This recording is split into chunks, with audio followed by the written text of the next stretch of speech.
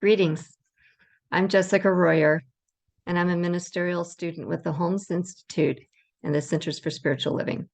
I'm honored to be leading our Wednesday service this evening. Tonight's title is Connecting the Dots.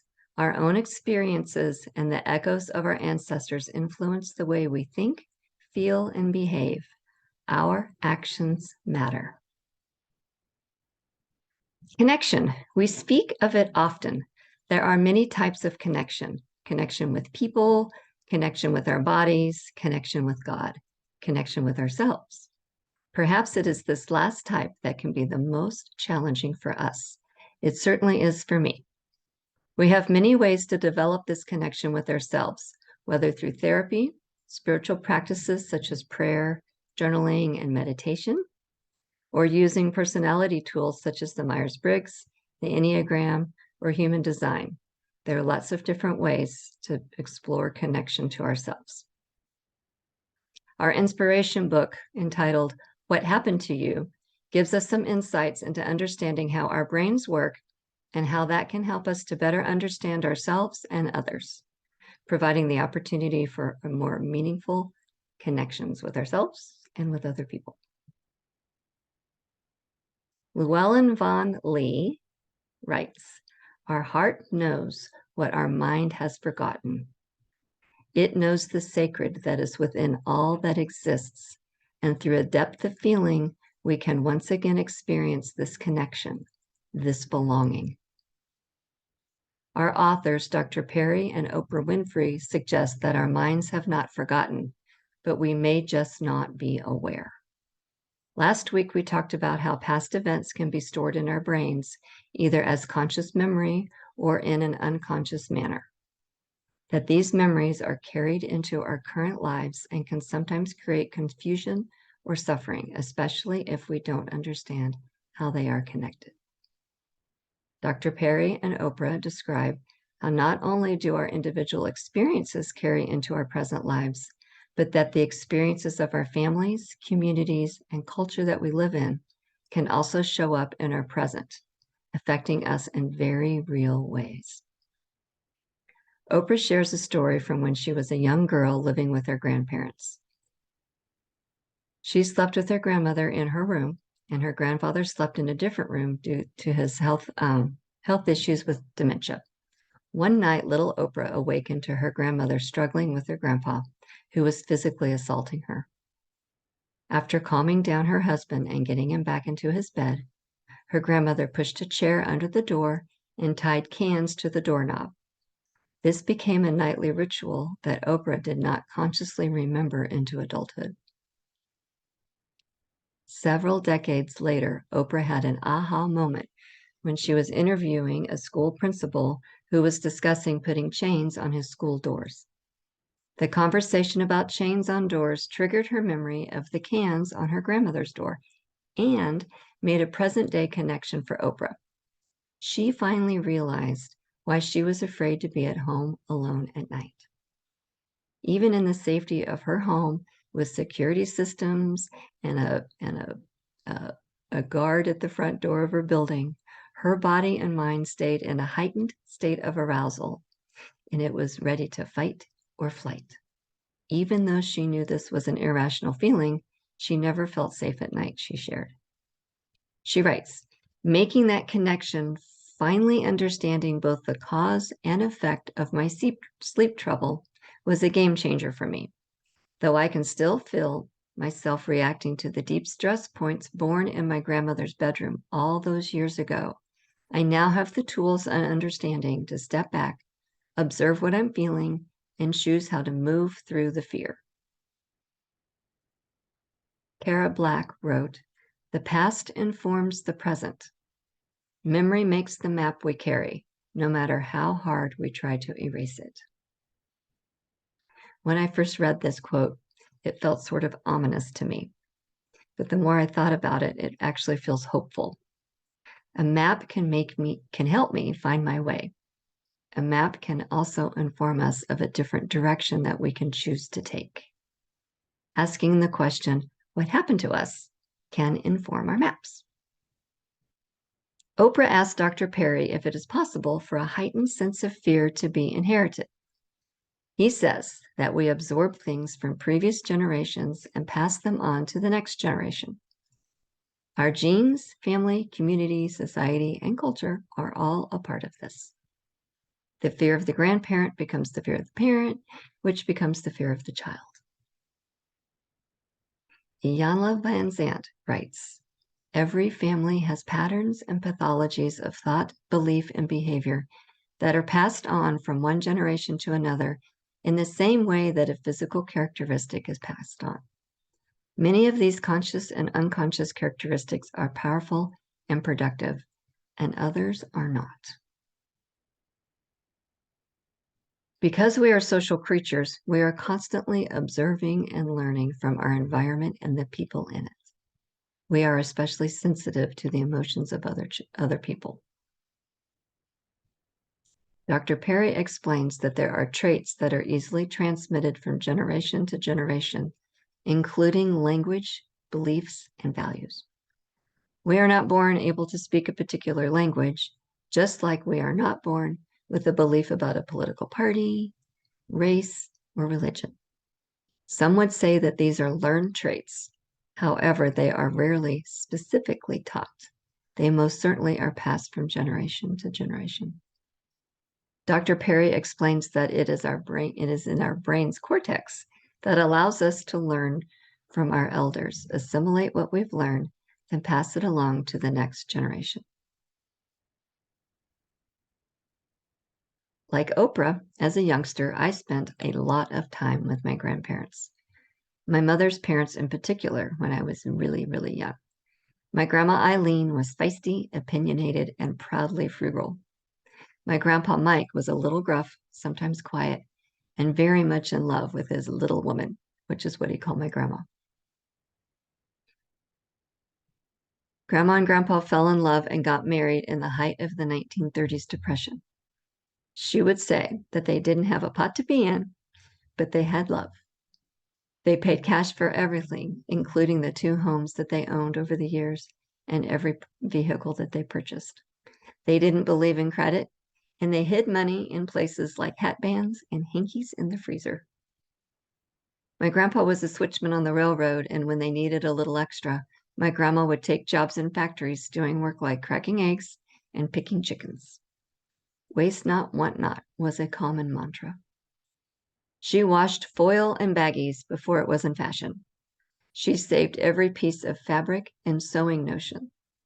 She packaged food and popped it in the freezer in the most ridiculously small portions, just in case. Yeah. Over the years, I have adopted many of her practices, sometimes with very different motivation, like saving baggies because of their environmental impact. One interesting trait in myself that I have recently thought about is how I have a nearly irrational need to not throw food away. I will bring home restaurant leftovers, items from potlucks if they are destined for the trash, and I nearly panic if I have items in my own fridge that are nearing the spoiling stage. I get really upset and anxious if I let something spoil. I have never experienced food insecurity, nor has anyone in my immediate family to my knowledge. If they have not spoken about it. I am wondering if this is an example of a trait, a belief that has been passed on to me at the DNA level. I sort of suspect that this is the case because it is a consistent feeling that is bigger than my current experience. That's my clue, that it's bigger. I suspect that food insecurity existed somewhere in my ancestral pipeline. When I have these feelings, I remind myself of my spiritual principles, that I have all that I need and I have no fear of lack. Dr. Perry explains that it is conceivable that the experiences of our grandparents, great-grandparents, and ancestors even further back have had a significant influence on the way things are expressed through our DNA. This is the budding field called epigenetics. The experiences of our ancestors changed their DNA and then get passed along to future generations, sometimes landing with us. Unexamined beliefs and values can create problems for the current generation. It can become understandable how beliefs and behaviors such as racism and misogyny perpetuate, how fears such as food insecurity or of people different from ourselves become systemic within families and our broader communities. The good thing is that we know that humans can change. Generational bias can be disrupted. Our brains are magnificent, especially when we are aware. Everything we do right now matters because it ripples into the next generation. Examining and understanding what happened to us can not only heal our current experience, it will positively impact those that follow us. Brene Brown writes, I define connection as the energy that exists between people when they feel seen, heard, and valued, when they can give and receive without judgment, and when they derive sustenance and strength from their relationship. Dr. Perry writes that the ability to successfully connect with others can be impaired when trauma has occurred. This can show up in families, schools, work, and friendships. Unhealed trauma is systemic. Trauma can also appear as physical symptoms. A person's worldview that has been shaped from fear and trauma can often have physical symptoms that are not otherwise explained. A 2020 medical report states that the vast majority of children and adolescents with recurrent abdominal pain have functional pain or non-organic pain, which means that the pain is not caused by physical abnormalities. It has been common practice to refer to these symptoms as psychosomatic or all in our heads, which really isn't very helpful. We are now learning to ask, what happened to you instead?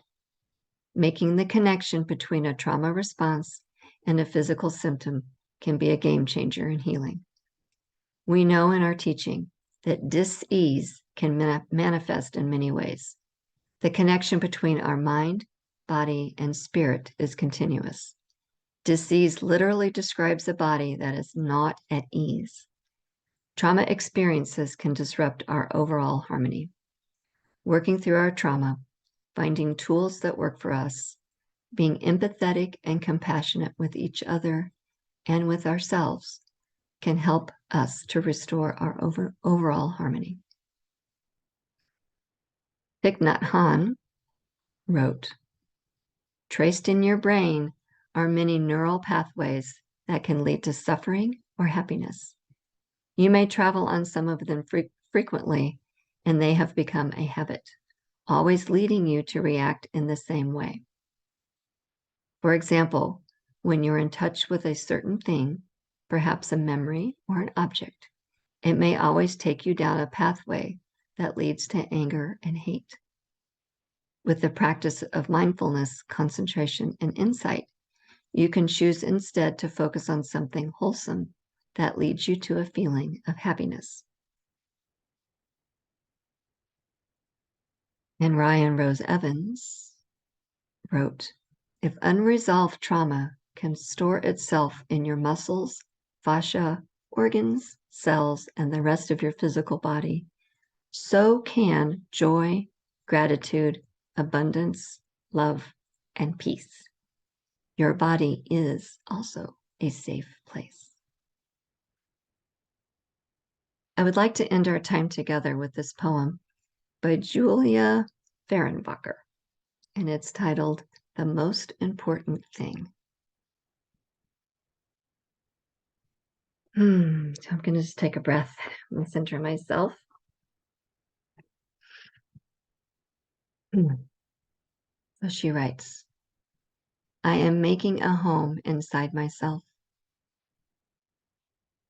a shelter of kindness where everything is forgiven, everything allowed, a quiet patch of sunlight to stretch out without hurry, where all that has been banished and buried is welcomed, spoken, listened to, released.